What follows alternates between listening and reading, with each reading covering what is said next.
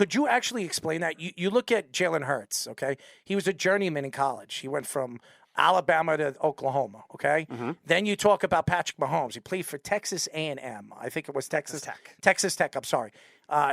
He wasn't as good a quarterback as he's been in the NFL.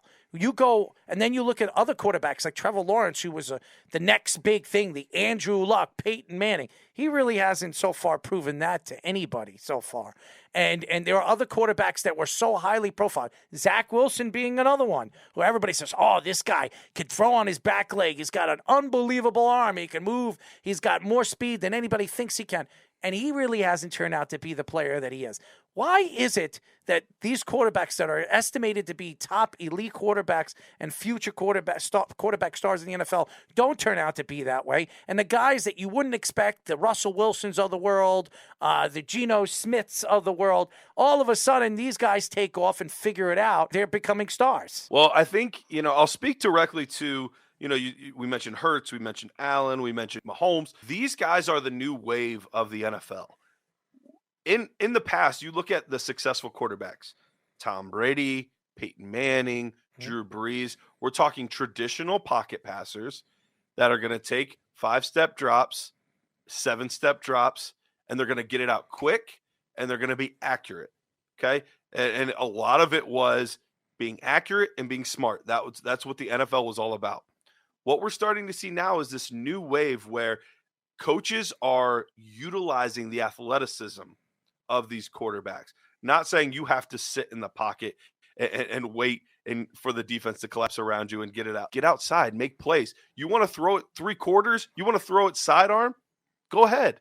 Make plays. We want to see you making plays. And so they're allowing a little bit more of this backyard football than they've ever allowed before. So coaches are adapting to the talent around them. They're adjusting to the athleticism around them, as opposed to trying to make guys before like Michael Vick and, different athletes that could have been these kind of guys, but they're trying to make them fit these traditional, old school, antiquated offenses, where now coaches are finally being willing to say, I'm going to take some of these college concepts. Heck, I'm going to take some high school concepts, and I'm going to allow these guys to do what they do best. And that's why I think we're starting to see some of these guys really elevate beyond what we've seen before. So I want to go back to the Browns, because you mentioned DeShaun Watson earlier. So he came back. He did not look good in his first game back against the Texans of a good young secondary, but still definitely looked rusty for not playing all that time for the first time in like 2 years, like Errol was saying. So also with him, long-term trajectory, and also with the contract that they signed, all guaranteed money, 5 years, $220. What do you think the direction that the Browns will be going in? Because they're going to be losing a lot of players in the offseason because of that. Yeah. So I'm going to do my best to remove my Browns fandom hat and try to look at it as objectively as possible, which we all know is difficult to do when you're passionate about a team. It's tough to look at them truly objectively, but removing the feelings from it, removing all of the off the field stuff from it, and just looking at it solely as the situation that they're in. DeShaun Watson on paper is one of the best quarterbacks in the NFL. No question. When he stopped playing 2 years ago, he was putting up 5,000 plus passing yards with Will Fuller for only part of the season because he was the best PEDs. quarterback in the NFL. I don't care what anybody says. He was better than Patrick Mahomes. When he was pulled off the field, and that season, to me, he was the MVP of the league. Look how garbage the Texans were, and the numbers that he had were just absolutely outrageous. So you're right. He was elite. So, and the way that NFL works, the way that football works, the quarterback is the most important position in all of sports. You look at tons of teams. Look at the Tennessee Titans are a great example. The Tennessee Titans are a very good team. They have lots of good pieces on both sides of the football, but they've never figured out the quarterback. And so they make it, a round or two into the playoffs and lose every single year. We see it with all kinds of teams all the time that have okay quarterbacks. If you don't have a top 10, and dare I say maybe even top 5-ish, at least during that season, quarterback, your odds of winning the Super Bowl are slim to none. You have to have a quarterback that can take you to the next level. So the outlook for the Browns, regardless of everything else, is looking up because they have that talented of a quarterback. They have a pass rusher like Myles Garrett, who is absolutely elite. Some would say he's the best in football, but I don't think you would get anybody to say that he's not at least one of the top 3 or 4 in football as far as rushing the quarterback. So you have a great player there. Nick Chubb is one of the best running backs in football. Solid offensive line. There's a lot of pieces there. Could they use a few more pieces? Absolutely. But they have the pieces in place. The question is going to be, can DeShaun Watson be who? Can he still be who he was 2 years ago, which I think he can, but can he be that guy? And can the coaches and the front office get the right pieces in place and coach them in the way that they need to be coached? If so, there's no reason that this team couldn't be a Super Bowl caliber team next year. Here's the best thing for the Browns.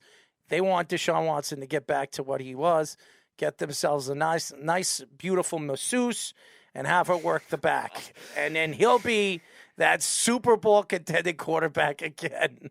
Oh, I plead the fifth. Listen, I understand what he did, and some of the stuff didn't make any sense.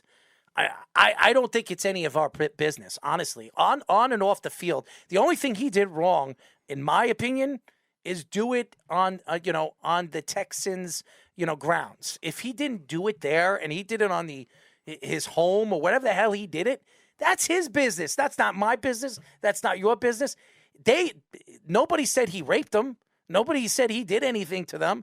It was all there. So to me, if he kept it away from the game, it shouldn't have made a difference to anybody. But he brought it in, the facility.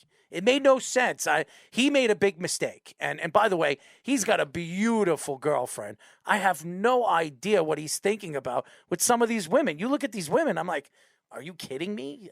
Are you looking at the same woman? I look at the images, I'm like, holy crap. I mean, what the hell are you doing? But I guess Watson is just his own personality. As everybody knows, we are talking to Dynasty Nerds fantasy football writer and podcaster Garret Price. But I love DeShaun Watson. I think he will figure it out. He needs to figure out the offense. They need to find some weapons for him to throw. Amari Cooper is not cutting it in my eyes. But so why don't we get into a little bit more of what's going on in the NFL this year? You look at the game and the transition of the game, the new rules, the new penalty calls that you're hearing the referees call. We've heard a lot of the offensive linemen moving up on a play. What's that play called? It's a legal motion or illegal snapping. Legal motion. Where the offensive linemen are moving up past the line of scrimmage or something like that. There's illegal downfield. Illegal downfield. Yeah. That's what it was. That's even the worst. Every game you're hearing illegal downfield. Oh, because you're talking about like the RPOs where they'll get a little confused on that. Yeah. Gotcha. Yes, and it's interesting to me. I'm sorry, I'm getting off being sick, but you're good. Yeah, it's very interesting to me how they're making play calls and how they're calling penalties right now. And do I think it's helping the game? It's not helping the game because it slows down the pace of the game. Some of these guys are trying to figure out the speed of the game and figure out, it's all chemistry when they're on the field. Do you like the way the NFL is transitioning and changing some of these play calling? Do you like what's going on in the NFL now? I'm always going to be a fan of ingenuity. I don't want things to stay the way that they are just because that's the way they've always been done. I want guys to be innovators. I want the game to be moving forward. So the RPOs and the different things that they're doing, like even the Eagles with the quarterback sneak where they get 3 guys behind the quarterback and they're just pushing him forward. Like, I appreciate that. I appreciate people thinking outside the box, trying to do new things. The part that does make it a little difficult is with some of the new changes, it does slow the game down more because there's more mistakes, which cause more penalties. And you never want to see that. You never want to see a game where there's, 3 plays in a row, they're throwing a flag and it slows the pace of the game down. You want things to keep moving, but I do overall. I like where the game's going. Like I mentioned before, it's allowed guys like Jalen Hurts and Josh Allen and Mahomes to be the players that they are now, as opposed to just sticking with your traditional power eye offense or the basic spread or, different things like that. We're seeing like air raid offenses now, and we're seeing, speed options and RPOs and all this fun stuff that we've not really seen a lot at the NFL level. We might have seen at the college level. We're starting to see that at the NFL level now, and I think it makes the game more fun. So I want to move on to some college football. I know you're an Ohio State fan. They squeak into the playoffs. USC choked in the Pac-12 championship game, so Ohio State gets in. So what have been your impressions of them, especially recently, struggling against Michigan the way they did defensively? Don't say that to him. And then also against Georgia, they got to go up against the national champs. What are your expectations for that? Man, the fact that we have lost in back-to-back years to Michigan is despicable. I am so frustrated with that whole situation, because you look at the talent on the field. Ohio State should be winning these games. They have the better recruits, the better they're doing all the things right up until that game. But you get into that game, the thing that's missing, and I think this goes back to the coaching and specifically the head coach Ryan Day. They're soft. They're soft. How you have these 5-star recruits with all this swagger and all this ability, and you get into the biggest game of the year that you should be more motivated and energized than ever, and you're coming out soft. I know one of the plays in it was the end of the third or the beginning of the fourth quarter, where third down, quarterback runs around the left side. You have a safety there, and he just kind of catches him and just lets him go into the end zone. You have a free shot on the quarterback on third down in the biggest rivalry game in sports. How you're not getting kicked out of the game because you knocked his head off, I don't know. That's your opportunity. That's what you should be searching for as a defense. So to see those kinds of things just frustrates me to no end.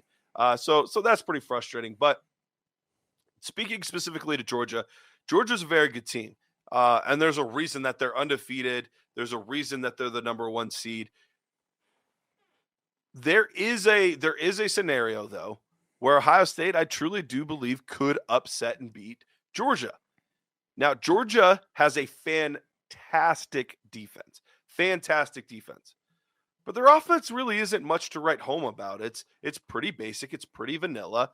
You don't have to do any creative things. It's about, can you be tough enough? And so that's really what I think it's going to come down to is, did Ohio State figure out what they did wrong against Michigan, toughen up, or are they going to continue playing soft? And if so, Georgia will run all over them. But if not, I think Ohio State has a real shot, because this looks a lot like the team. What would that have been? 2015, 2014? It was the first year of the college football playoff system. Yeah. Ohio State was the last team in. People were talking about, did they even deserve to be there? And they go out and they beat Alabama and they beat Oregon to end up going to winning the national championship. 2 good teams. That could be the same scenario this year, where they beat Georgia, and then hopefully a national title rematch, Ohio State, Michigan, would be so much fun. So that's what I'm hoping for, but we'll see. I know you want to see that because you want redemption. That's what you Absolutely. want. Absolutely.